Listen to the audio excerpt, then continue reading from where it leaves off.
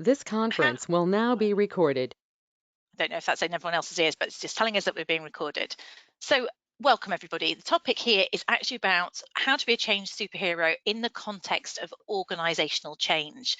The points that I'm going to aim to cover over the next 30 minutes or so are a high level view of why change fails. We're going to look at the Lewin model of change, something called the change equation. So there's quite a few models that we've got in here. I will just go through them on a reasonable pace because I know that generally speaking, people like to take the information in without going into too much detail necessarily. I will open up to questions, so if anyone does want to explore any of this in more detail, I'm very happy to do that. We'll touch also on how we can best communicate change, along with Kata's change model, which is a really well-known 8-step model of change, and how we can all apply this knowledge to be change superheroes in our own workplaces. And let's face it, there's been plenty of things for us to be change superheroes about lately. So in terms of this, the first question, and thanks to those of you who've already found the chat, have you done any change? Would you say you've changed anything since lockdown personally? Have you picked up any new habits? Have you started doing anything better or for worse? What are you doing differently? What change has taken place for you during since lockdown? Most people feel that they've experienced quite a lot of change. Okay, so I've got a number of people who've taken up some baking. Baking seems to be quite popular, and cooking.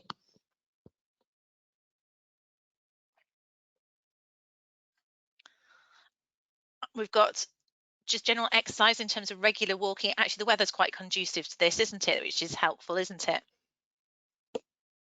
I've got someone here who's reading much more. Great. Is that business books, or are you reading more for fun? I must admit, actually, I've started reading a little bit more. Oh yes, new habits of homeschooling. Good point, Suzanne. That's a very good point. Habits of homeschooling that some of us may enjoy or not. More walking to counteract the eating. Yeah, many of us have picked up the habit of eating and drinking. Maybe it goes along with the baking, which isn't so helpful. Loads more homework assistance. So we've all had to change our way of working, haven't we? Especially if we're having to. So it might be different hours of work, incorporating new activities, and of course coming out of this. Subscribe. Catherine says subscribe to Blink List. Actually, I had that before. It is good for business books. It's summary of business books, isn't it? That is actually one I might. Do you recommend it, Catherine? You say it's great. Focusing on positive mindset, investing in yourself, learning and physical. Brilliant. And so that's good. Those are all positive changes that we've put in place. Of course, the challenge that we have when we are changing others is that they don't always want to change. So the context of this is we are going to look at like best practice large scale change. And just again, thanks so much for commenting, and thanks Helen there. In terms of your views, in terms of your interest in this topic, could you just let me know if any of these are the reasons you're interested? Actually, I can see that a number of you have got I guess learning, you're investing in your development. So is that the reason you're here, or is there something specific about organizational change that drew you to the webinar? Just interested in terms of your roles, and so I can make it as relevant as possible. So let me know if any of those areas are particular. All of those, says Jenny. They're all relevant. We're all in the middle of it. So how can we best be better at managing change is going to be relevant for all of us. And let me know if anyone else got any other angles as to why they were particularly interested on this. I'm going to keep moving, but feel free to keep chatting because sometimes there's a delay between people typing the chat and them coming through. But I'll keep moving because I've got quite a bit of content. But do let me know if you've got specific interests. I've put this slide up. This is one that I've used for a number of years because actually it's been relevant for about 20 years. The reality is that change still doesn't always succeed, particularly organizational change, and it's typically due to people issues. And Emma's just appropriately put that she's driving OD change for a council that she works for, but they are in denial that we need to change. And so you're having to absolutely, well, this may well be helpful aspects of this. There's lots of stuff, Emma, you can help them with. So she's going to hopefully blind them with science. The reality is, if people are in denial, we have to take them with us. And this is exactly the issue. If they are in denial and we can't communicate and convince people to change, then the change will fail. So it's really valid for you to think about, how can I convince people that they want to come on this journey? When system change or people change fails, it is usually down to people, whether they're in denial, like Emma's experiencing in her organisation. Sometimes also, when we look at Kata, I realise that people haven't thought through the change properly. So that model that we'll look at later will help. Having if we haven't got a sense of urgency or a clear vision, that is also a compelling reason why people don't come out of denial, and that will increase the chances of change not working. Sponsorship and leadership is really important. And again, if we don't have the right leaders and sponsors, then that actually will stop us from being successful. So all of those are typical things why change might fail. I'm just looking at this here. So Catherine's working with an organisation. They've got a large-scale HR tech change. I understand that. Do you know what? She said, I know it's not new to most businesses. So many businesses think they're behind. It's actually the majority are a little bit slower in terms of things. But the reality is, it's about culture change. Wherever the culture of the organisation you're in, it is about going at their pace and giving them a motivation to change. So just because those early adopters, the likes of Google and all those ones that we see out there, Adobe, Twitter, all those sort of tech firms, apparently in inverted commas are leading the way, or the Deloittes of this world. The reality is 80% of the businesses out there don't necessarily know, haven't quite worked it out yet. And it's our role to maybe learn from how change doesn't always work and to help them with it. So, it's all about us actually just getting the pace right for our organisation. So in terms of how we can do that, there's a few models that I'm going to touch on here. Now, this first one is from the 60s, Lewin's change model. And he came up with this concept that in order for an organization to change, you had to first unfreeze it. And there are quite a few curves when you look at change. There's also the change curve in terms of people's emotion that people go through. So I'm not going to go into that one here. But this is where you actually have to understand that we're the status quo as we know it. We have to unfreeze that before people will change. So that aligns to where Emma's saying that her organization's in denial. We have to work out a way for people to stop being in denial, maybe go through resistance and actually start to even contemplate changing. And all of those aspects of that is where we have to create a clear vision, we have to have sponsors, we have to create some urgency to that. Then we make the change, and then what we have to do is refreeze them. Now, remember that really simple model, because I will apply that later to Kata's model, which is slightly more complex. But this is very, very simple in thinking, have we unfrozen the organization? Have we made the change? And have we refrozen it? And seeing it as a curve like that makes you realize that actually you do have to keep momentum during change to push people up into the new shape, if you like, to the new iceberg as we've got here. It doesn't automatically, you don't just tell people to change and it will automatically happen. So another aspect to then consider is something called the change equation. And if you've ever heard of the burning platform analogy around change, which is quite an unpleasant analogy, which came from the Piper Alpha disaster, I think, back in the 80s, where actually often people don't want to change. So if we want people to change, we have to think about this equation. So we need to make them dissatisfied with the current status. All right. So in terms of your move to self-service, Catherine, it's actually got to help people understand that actually the existing way of which we're doing this, let's say it's paper, is painful. Maybe it takes too long for us to get paid if it's an expenses policy, helping people to realize that they're not happy with the way things are currently. So that's our first aspect of it.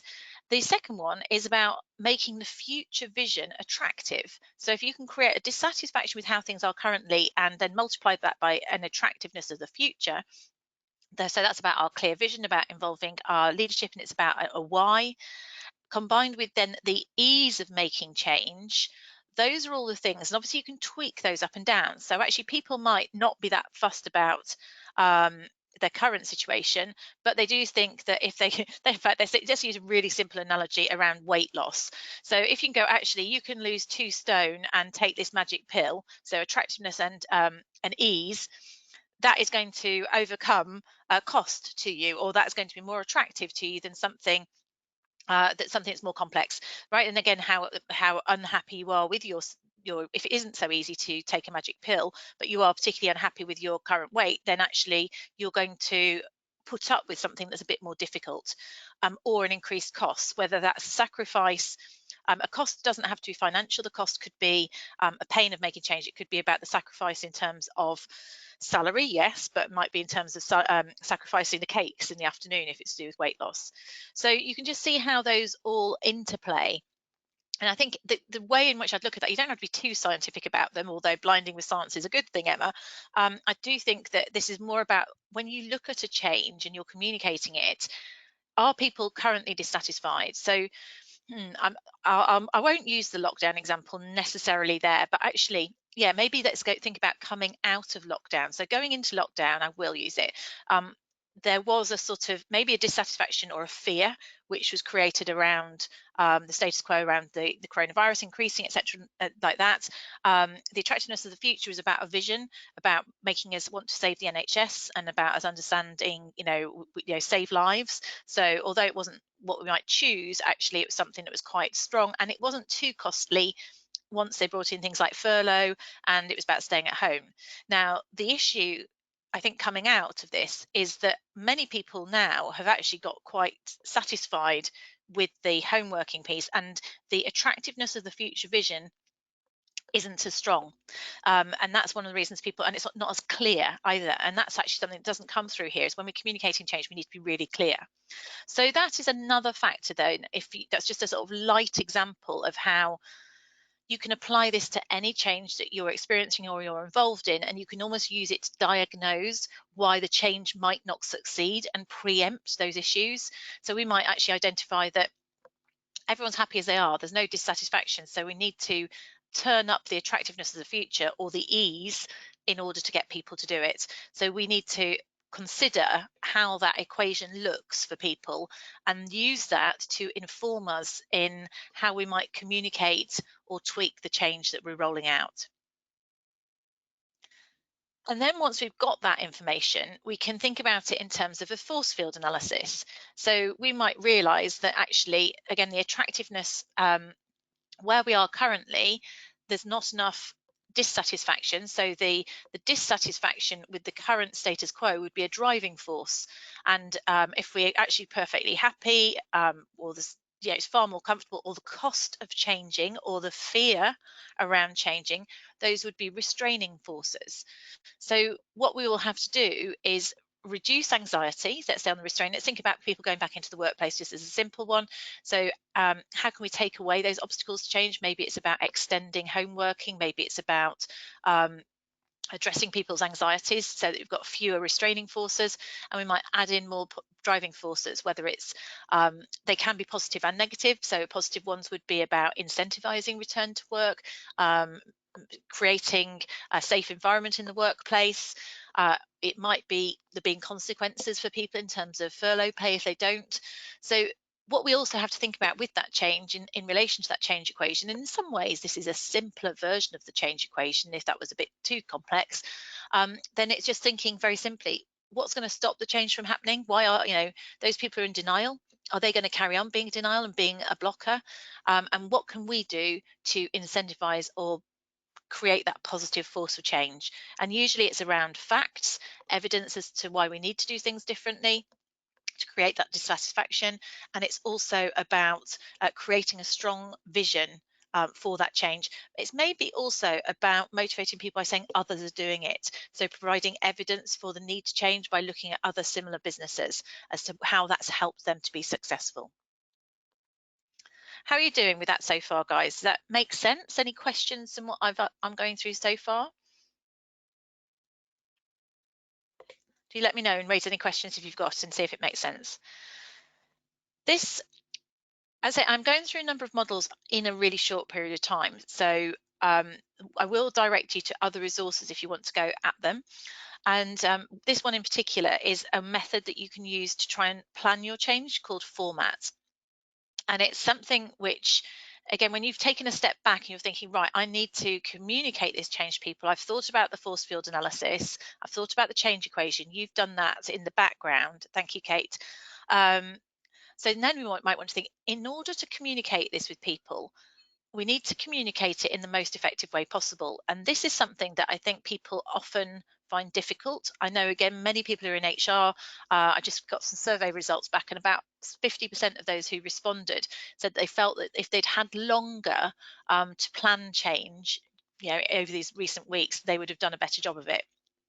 Therefore, this is a model which is quite handy. Whatever change is thrown at you, you just need to take a step back. What you find usually, if you reflect on lots of change that's being sent out by leadership in your organization, or certainly this is what I experienced when I was in corporate world, is that the business would probably just tell you what and how. So they basically say, this needs to change and this is how you're going to do it. Now, the problem with that is you're not really doing this motivation. So the why is what taps back into that change equation, which is, why do we need to do this? We need to create some dissatisfaction with the current situation. And then the what if we do and what if we don't do is quite an interesting one, because it's a bit like carrot and stick motivation. So it's helping people understand. You have to be quite careful when you're writing it so it doesn't come over too contrived, but you're helping people realize that it's a denial, basically. People might understand there's a vision, but they still don't really want to do it. So it's spelling out the consequences of if they don't or if they do make the change. So if I give you an example, which might be a manufacturing comms example going into the COVID-19 piece. So it might say something like an introduction at the top. And I might say, I'm writing to explain the rationale for maintaining production in our plant and how everyone in the business can play their part. And then the why, we must find the safest way to keep our production line running throughout the COVID-19 crisis, because key staff in the NHS are dependent on our supplies. We will soon all know or be related to someone directly affected by this virus, and lives could be lost without our efforts. So this is creating why this is a manufacturing organisation that needed to keep things running, because actually they're in the supply chain. So they needed to keep, when people are at the peak of anxiety, they needed to keep people going. So they're telling them, why are we doing this? We must, and notice that inspiration, we've got to save lives is part of the key aspect. So what do we need to do? We need to maintain production with some changes to our working practices to maximise safety for our staff and families. We must pull together to do our part for the country, whether this means working different shift patterns or following self-isolation protocols. So we're telling people the what, but we're still reinforcing and building confidence and putting things about maximising safety. But what you can see is coming is we're about to tell people that they're going to have to work different shift patterns and how in a different way, which they probably wouldn't like in normal circumstances, but it's softening the blow now. So the new specifics of their workplace, we might say, for example, we're going to have temporary 24-hour shift patterns with fewer staff. We might have to follow marked out social distancing, use of PPE, closing or use of communal areas. Now, all of those, particularly in unionised environments, might have really big pushback, but because we've softened it with a really powerful why and a what, it's more palatable. And then we go on to what if we don't and what if we do. And I try to do it don't do, because you end on a positive. If we can't staff the production line and maintain production, we're going to negatively affect the NHS's ability to do their job. But by pulling together and adapting to these changes, we can do so in the knowledge that our action may save lives, including those of our friends and family. So, I mean, this is quite heavy duty, all right? I'm just doing it to make the point. You can soften it and make it appropriate to your circumstances, and hopefully it's not life and death. But what we're doing is really that what if we do and what if we don't, we're looping back to the why. And then the next steps is where you would go into the detail, because you'll have a host of people asking you questions about what does it mean for me. So I would probably do next steps, further details on the shift patterns, that sort of thing, and also thank people. So that would be maybe an example of a written communication or a verbal communication that you could use using that format model. Yes, Emma's saying I've used ADCAR model. It is really similar to ADCAR, yes. In turn, that's a good model of change. So these things you can definitely look up. So then I'm going to move on to Kata, and I'm guessing that a number of you may have come across Kata's change model, and I'm overlaying Lewin's unfreeze, change, refreeze on top of it. And I've got 3 slides on this that I'll just go through it in steps, because one of them ends on a sort of case study. So Kata is one of these great writers on change and leadership, and he identified 8 steps. The wording changes actually depending on when we look at it in terms of how he talks about this. But the key is he's saying, in order to unfreeze and to pull people out of denial, going back to Emma's example earlier, we need to establish a sense of urgency. So identify a potential crisis or major opportunity. Now, it would be nice, won't it, to get back to scenarios where we're not in a life or death crisis like COVID. So we'll go for something a bit more positive. So maybe it might be about us taking advantage of a really good market opportunity. There's a great competitive advantage that we could get if we go out into the market, if we behave differently. So you create a sense of urgency in a carrot approach. And of course, there can be a flip. If we don't do this, we might miss out to the competition. We then form a powerful guiding coalition. Now, this is most appropriate, in my opinion, to large-scale organizational change. So, like the example, who's working on global organization. So you have to almost operate this in layers or almost rings of ripples, if you like. So to start off with, in larger corporates, this bit, the unfreezing, I think would often take place almost behind closed doors with quite a small change team. And there are pros and cons to that. So you need to form a powerful guiding coalition. So you get a group of people large enough to lead the change, and you create a vision. And that's great. And that makes a lot of sense. So let's say I've worked for Siemens when they restructured from a certain type of working to, again, into sectors and that sort of thing, where a complete restructure. Now, in those circumstances, they need to do the initial level of steps 1 to 3. They need to do that privately almost, because it will cause lots of unrest if everybody knows about it too quickly, if it leaks out. However, the risk with that is that they don't necessarily have the people in the change team initially who understand actually what needs to be done, who are in the detail. So the example that I'll show later is a real example of a company that we worked with, and they got to the point where they started to communicate the vision. And they realized, and they communicated it to their first raft of people. And they were rolling out new performance management software. They got the HR partners from around the world into a room and wanted to go for it. And then they suddenly realized that they hadn't thought through various things like how to deal with different languages, how to deal with different trade union requirements, etc., etc. So they found it out quickly enough that we're able to almost loop back to phase 2, this powerful guiding coalition piece, with that group. So I think you may often, in a really large scale change, get to this point, and then you go to this key, which is the group that's going to drive it through. You must come back here and drive it through. So I feel there's a loop here sometimes. So in those circumstances, we've got our group of people. They're the right group of people, so they've looked ahead and the vision is realistic. And that's the key that I'm thinking here, that they've understood it. So I've seen copious examples when I've trained this out where people have said a change has failed, either here at the unfreeze to change point, and I'll tell you why in a moment, or over here at the change to refreeze. And often it's because they haven't gone through it, sorry, I've clicked forward too much, in enough detail. They haven't thought it through in enough detail.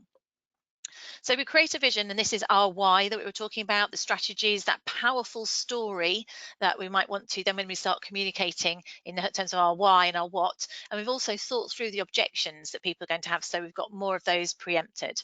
We then communicate the vision in as many ways as we can, as appropriately as we can. We use models like format or ADKAR, and we also think of things like when I talk about influencing skills in my book and people's neuro-linguistic programming requirements, just think of ways in which people differ and try to make sure that our communication is as varied and multifaceted as possible. We then go on and we want to start empowering others, because the change doesn't happen on its own. You can't have one person or one change team driving it through. We need to then start embedding and bring it to life, if you like. And this is where it goes into implementation. So systems may need changing, or structures that are undermining the vision. Simple things like when companies have organizational changes and they don't change the stationery, or there's something on the footer of the website. All those things actually undermine the vision if you don't make the change, even though they seem minor. Then it's really important to start pushing up the other side of the curve. If we think back to that Lewin image, where we need to create short-term wins, create visible improvements. And often I find that people forget. So I think that you can see that the senior management, the leadership team might create this compelling vision, tell everybody to change, and then that's it. They think the change is finished here. But actually, this bit here is absolutely critical, and creating those wins and actually celebrating where people are doing it, because what that does is it sends a message to those who are in denial. It's a bit of a difficulty if the leadership team's in denial, but it creates that message to those who are in denial that this is here to stay, this change is going to happen, and actually the people who are getting the recognition are the ones who are changing. Then it's more into business as usual. And with large scale change, it takes years to change. So you need to keep the effort up, keep on refreshing it, keep on bringing in new systems, fresh people potentially, and just then fundamentally embed it. So building on that, this is how I would say if this was a case study that I had to post. So the example I was talking about before, it was a medical devices firm. They wanted, their big goal actually was to demonstrate their staff, they wanted to value them, but they wanted an exit on flotation, on the stock market. And maximize their share price. So they needed to have excellent people management processes and keep people. And they'd had a bit of a drop in morale from previous things.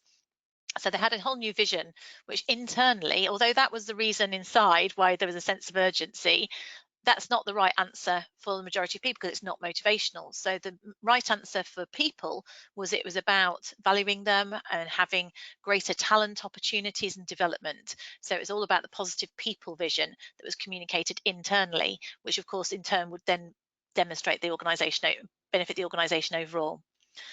They created this vision, and as I say, they did have to loop on this where they tried to roll it out too quickly and actually needed to go back and bring in the HR business partners who knew more about it.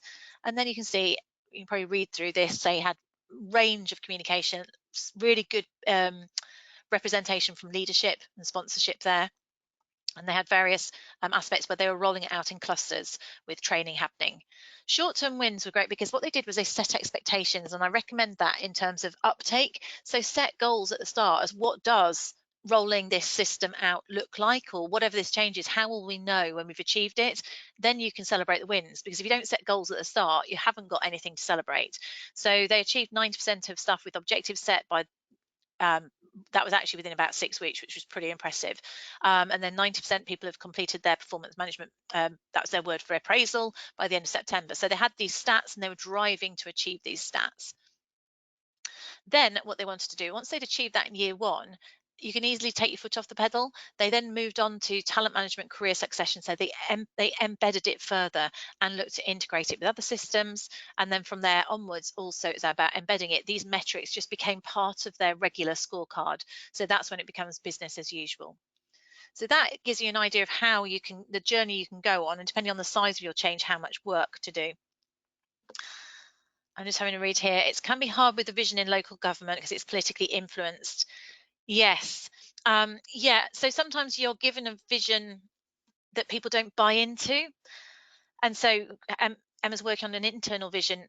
Yeah. So that's complete. I think that's really the right answer, and that's almost what I'm saying here as well. But that's sometimes you have this external vision which is all about money. But what we really need to do is something that people are passionate about and can get behind. And that also links, Emma, with communicating at different levels in terms of making that communication relevant, a people vision for people who have high aspirations about their careers. Talent management, talent opportunities might be motivational to those. Other people might just want other reward or recognition. So it is interesting what works and what doesn't. Okay, so guys, I'm nearly there, so probably another 5 minutes. I'm hoping you can hang in there. In terms of the practicalities of what you can do, and if there's any questions that you want me to pick up, I'll pick up on the end if you want to type them into the chat. This is just me suggesting how we can think about going through the phase through this particular model and what we can do as change agents. So we've talked lots about why, get a sponsor in place. Second point is make sure you've got the right people included from the start if possible. So you don't just have the usual suspects making decisions in a darkened room without realizing actually the nuances of rolling out a system. Make the system exciting and relevant, which is kind of what we were just talking about there, about, a political vision isn't the same as a people vision. When we start communicating it, can we get a senior convincing sponsor? That really, really helps. Someone who is passionate and convincing. Then we've got to keep momentum. And this is where it gets a bit tricky, because quite often the people who are good at the start of the change are not necessarily the ones who are great at pushing it through, particularly if it's going to go on for a couple of years. So it might be about keeping momentum, focusing people on the future, and just keep pushing through, really. So shout and celebrate those positives. But then when we get into this stage here of consolidation, maybe we've got to that stage where you've pushed that change through and go, yes, we've made it our first term win, our short-term win. It's possible that maybe consolidating change, the right time then might be to bring in different people. So this is where you might if you're bringing a system in, you might move from the change project people being the lead, handing it on to the business systems as usual, HR people managing things, but you need to keep the milestones there. So this is where people who've got implementer skills, company to finishers, are really useful at this stage. So don't feel you have to keep that same change team all the way through. And that's about me thinking change team in terms of technical skills at the start, people who've got the knowledge about the organization, and also your change team in terms of their team skills, their natural attributes that will support or not support the change. So just in summary, change superheroes, if we're going to take this into account, is we need to be able to either initiate or follow change. It's just as important to be part of it. We need to be good at communicating the why of the strategy for change. We're good at persuading rather than telling people to change, using evidence. Think of the format. We need to have flexibility in communicating our change. We need to listen and respond to the needs of the audience, and we're collaborative and encourage teamwork. So those would be my highlights in terms of the skills, and those are the skills which I go into in more detail in terms of the how to be change superhero skills. Jenny's asked if she can have a copy of the slides. Absolutely, we will send the slides out to you, and when the video is done, there'll be a link. And we have other, if this is the first one you've attended, we've got lots of other videos and resources of previous topics that I've covered on this as well. In terms of future webinars, we've got a couple coming up in June. I've done about 10 over the last month, but we're now dropping them down a little bit less because I think people have felt they've seen enough. But these are both completely new ones. So one about employee well-being in times of change, so it's more of a focus on well-being, and second one about persuasion, so more about how we can communicate using Cialdini's influence in skills, and there are more coming. So if you will have to have the slides, this is where you can go and look to see what's happening with our webinars. If any of you have and anything drops to mind of any topics that you are specifically interested in, I'd love to know. Do type it in here or message me separately, because I'm also always looking for relevant topics on the HR Uprising podcast. So if there's anything that is, I think there's going to be loads out there on wellbeing, in fairness, but I'm interested if there's anything else that people want to see more of. The podcast is on all platforms, actually. You get it on any of them, Emma. If you go to there's a link at the end, go to hruprising.com. That shows you the direct link to all of them. So it's on iTunes and Stitcher and all the other ones. If any of you fancy deep diving into change more, I'm actually doing a virtual book launch, so wish me luck tomorrow at 6 p.m. It should be fun. And this is about a book I've written, of which parts of this are in it. You guys can access the Change Superhero resources as a toolkit that's off our website, accessible from the Actus website anyway, where you can download things like that format planner. You can get there directly from www.changesuperhero.com, and I appreciate that I'm chucking out URLs. Actually, Helen will put those in. Helen, will you put the HR Uprising? HR Uprising isn't on here. Oh, it is. That's the HR Uprising one.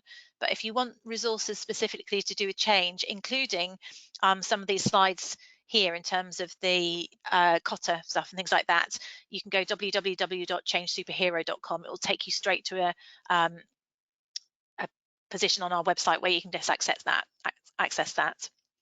So hopefully you can see those. So sorry, I went high speed at the end because I'd promised to try and keep it 30 minutes. Oh, Deezer, I've never heard of Deezer. Okay, Emma, that's a thing. If you've not got an iPhone, then that's a new one for me. Has anyone got any questions or any other comments or any recommendations as to topics that you'd like us to cover in future? Please do let me know. Love to hear that. And obviously, if you've got to be somewhere, feel free to disappear. I'll keep it open for a moment longer just to give people a chance.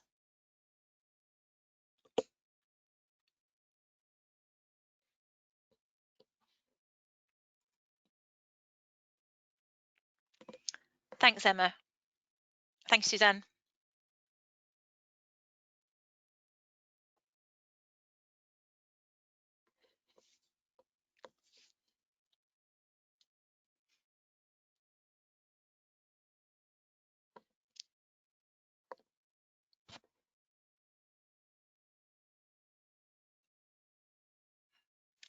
Thank you, Catherine. It does, Emma, and it's talking it through, and that's I don't always have time. I don't have time to do that in great detail on the webinars. You might be interested in. Well, actually, if if, in fact, we're doing a. If you're still there, Emma, just explain to you. So on the launch event tomorrow, and don't worry if you can't attend that. We've got competitions and things running. I'm going to launch a training program which will be virtual, which is on how to be a change superhero, and it's got the 3 books, the 3 parts of the book alongside it. So a module goes with each one of them. So the idea is there'll be content around the edges, but the actual virtual piece will be applying it. So you'll be able to get online and collaborate with other people. Obviously, it'd be lovely if you wanted to join and sign up for it, but actually, if you want to get involved, there's a tweet out, there's a social media competition. So I think we've got 4 places that will be given either during the launch or during the social media tweet out and activities on Thursday. So so there's more information on that. Yes, and connect on socials. Messages if you can't attend the launch and you don't know how it is. In fact, what we'll do is look out on the socials. The Actus will be delivering it, and I'll push it out as well, how you can do it. And you might be lucky, and it might really work for what you're trying to do, because often it is about the application. We know the stuff theoretically, but how do we apply it?